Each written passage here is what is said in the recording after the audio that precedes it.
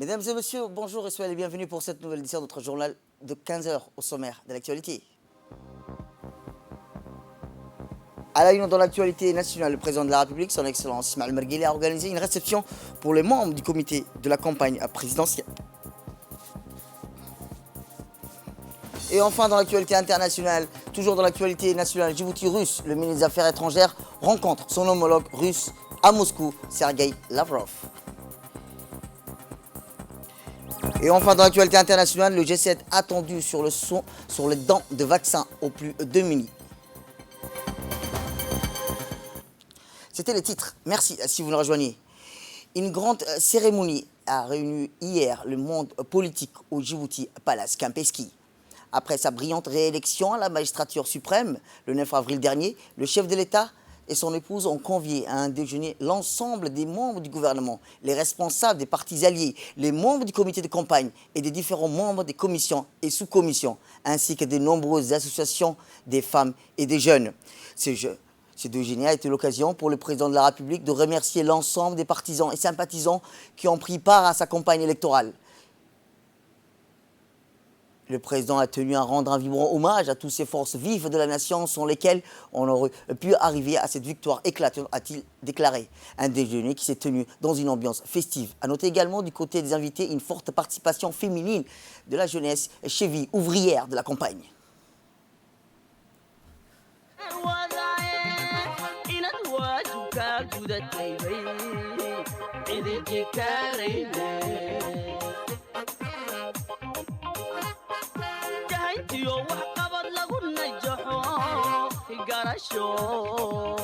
garasha ugu jeexa gelawada muujiyo hadiya jeer wadae inaad waajibka gudatay bay cidiji kaarayne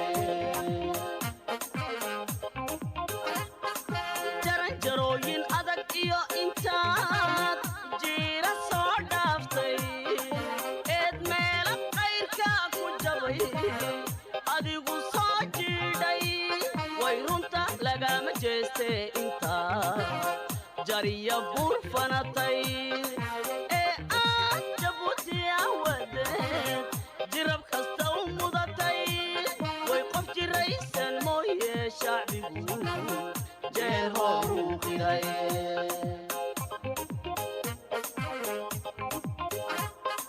jaranjarooyin adag iyo intaad jiira soo dhaaftay eed meela qayrka ku jabay adigu soo jiidhay way runta lagama jeeste intaad jariya buur fanatay ee aad jabuuti awadeed jirab kasta u mudatay way qof jiraysan mooye shacbigu jeer horu qilaye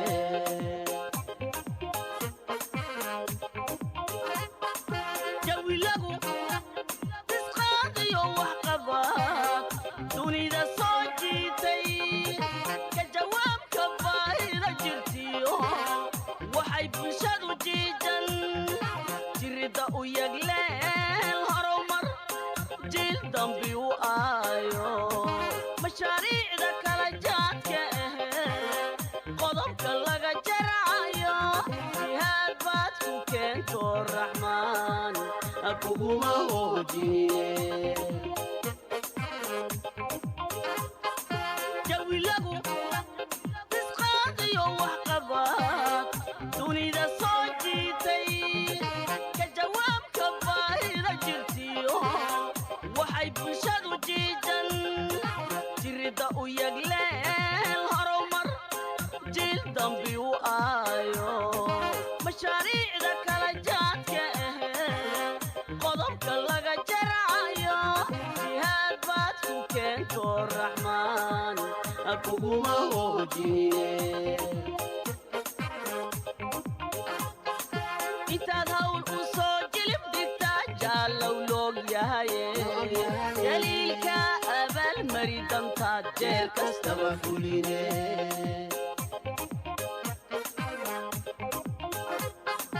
intaad hawl u soo jilib dhigtaa jaallow loog yahaye fuline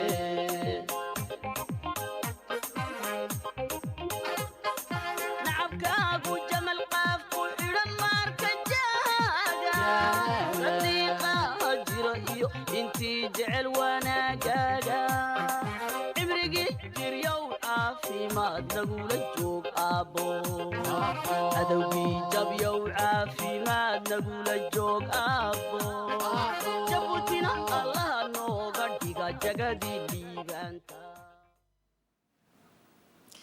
Eh bien, dans cette intervention, le chef de l'État a dit être conscient des attentes de ses concitoyens. La victoire que le scrutin nous a offerte est une immense responsabilité à transformer l'espoir que nous avons suscité en actions concrètes, capables de changer la donne de nos concitoyens, a-t-il indiqué en substance. Écoutons le chef de l'État. الصلاة والسلام على رسوله الأمين سيدنا وحبيبنا محمد صلى الله عليه وسلم. Mesdames, Messieurs les membres du comité de campagne électorale présidentielle du 9 avril 2021, chères militantes, chers militants, mes chers compatriotes, mes chers compagnons, louange à Dieu et à son prophète. C'est avec une joie profonde que je vous retrouve en cette occasion conviviale. Je tiens tout d'abord à vous exprimer ma fierté pour la bataille que vous avez menée à mes côtés au nom de nos convictions, au nom de nos espérances, au nom de Djibouti, de ses enfants et de ses concitoyens.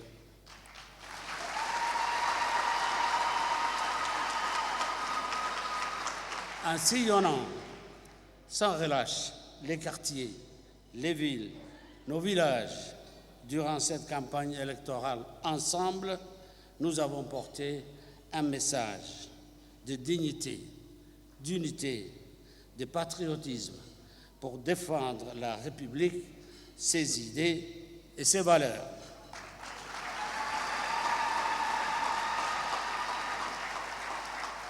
Pour partager notre vision du développement, de la trajectoire de notre pays, du devenir de notre nation.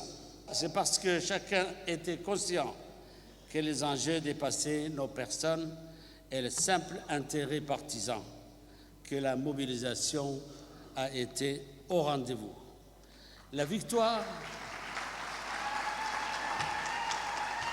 que le scrutin nous a offert est le fruit de votre engagement, de votre mobilisation, et je vous en remercie.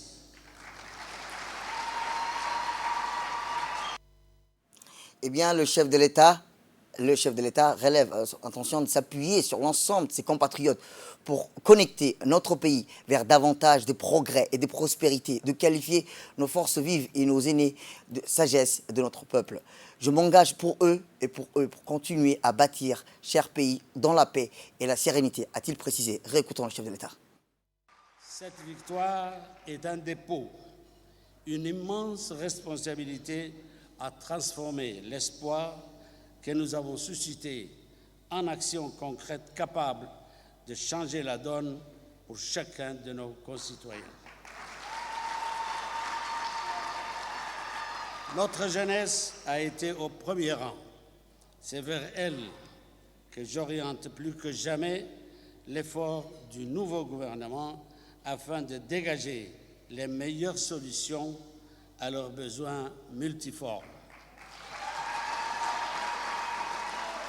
Les femmes de notre pays reçoivent mon admiration. Elles sont de tous les combats, de tous les défis, et je sais compter sur elles, sur leur courage, pour continuer à porter notre nation et la nourrir de belles espérances. À nos forces vives, à nos aînés, ils sont la sève et la sagesse de notre peuple.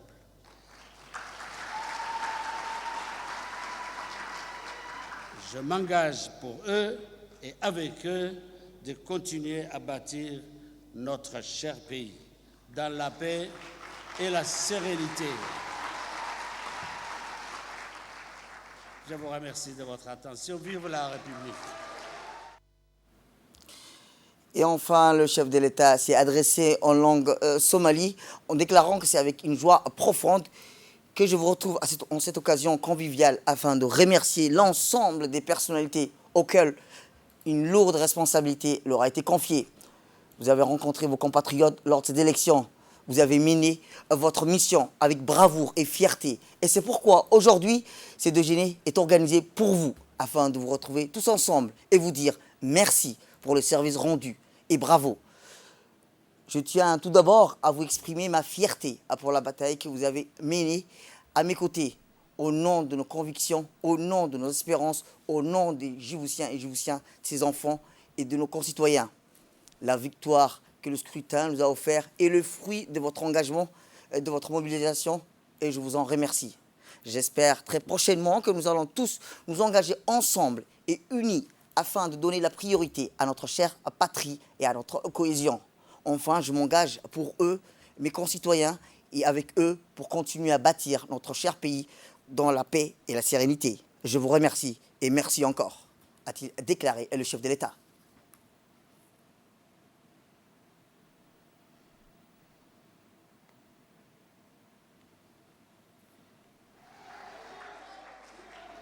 noolaada ballankaana waan wada galnay ha iloobina assalaamu calaykum waraxmatullaahi wabarakaatu.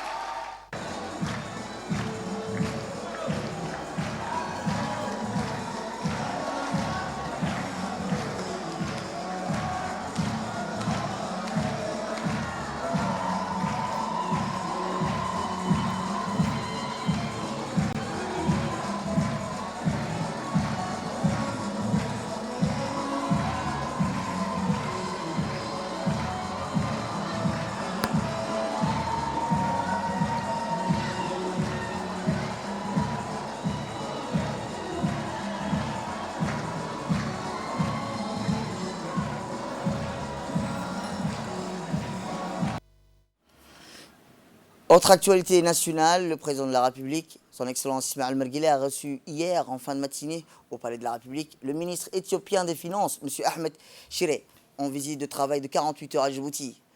L'audience entre le chef de l'État et les membres du gouvernement éthiopien servit de cadre à l'évocation des relations privilégiées de fraternité, d'amitié et de coopération qui existent entre les deux pays et les deux peuples.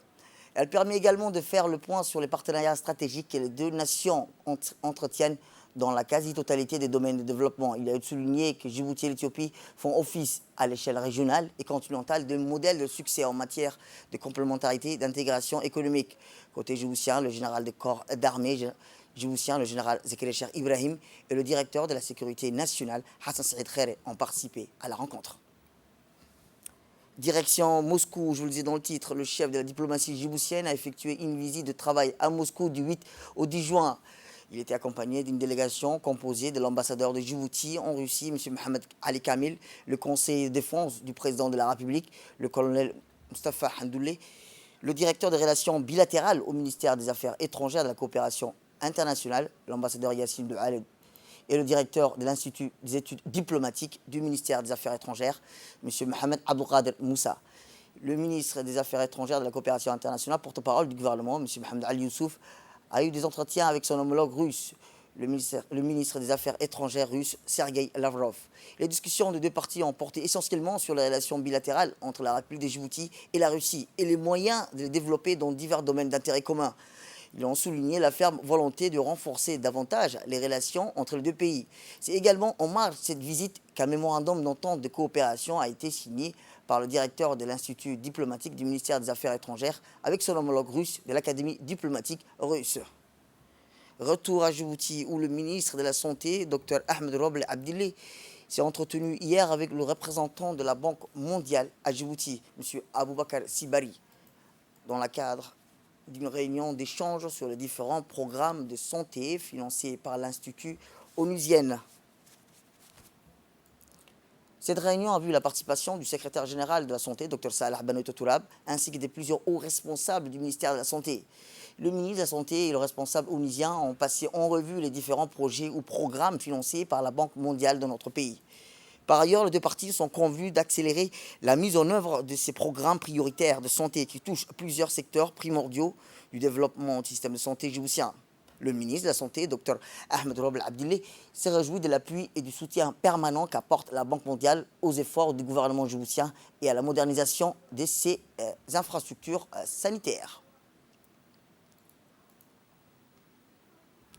Fait divers, direction Ali Sébié, où une opération de grande envergure a été menée le 6 juin dernier dans le cadre de la lutte contre le trafic illicite des marchandises de contrebande de tout genre.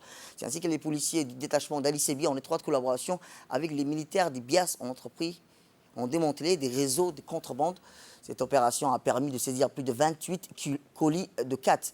La police nationale, en collaboration avec les agents de la douane, ont procédé à la destruction de ces marchandises, en ajoutant que cette marchandise est estimée à plus de 5 millions de nos francs de Djibouti. Selon les agents de la contribution, la police nationale poursuit sans relâche ses efforts visant à mettre un terme aux activités de ces contrebandiers qui visent à détruire l'économie du pays. Toutes les personnes impliquées dans ces activités illégales seront présentées devant la Cour de justice en vue de répondre de leurs actes. Nous passons directement dans l'actualité internationale où, je vous le disais dans le titre, les États-Unis ont donné le ton du sommet du G7. Il faut aller vers un partage plus équitable des vaccins anti-Covid, a déclaré Joe Biden, en promettant 500 millions de doses de vaccins pour les pays pauvres. Joe Biden a mis la pression sur les autres chefs d'État. La Grande-Bretagne, hôte de la rencontre, est d'ores et déjà promis 100 millions de doses. Les autres dirigeants du G7 vont devoir présenter leurs contributions précisées et chiffrées. Au final, le G7 devra s'engager à redistribuer au moins 1 milliard de doses de vaccins aux pays pauvres. Les États-Unis étaient critiqués depuis des mois pour ne pas avoir exporté le vaccin que le pays produit. Ils veulent se rattraper. C'est la fin de cette édition. Merci à vous de nous avoir suivis. Restez avec nous pour notre programme télévisé et bon week-end à vous.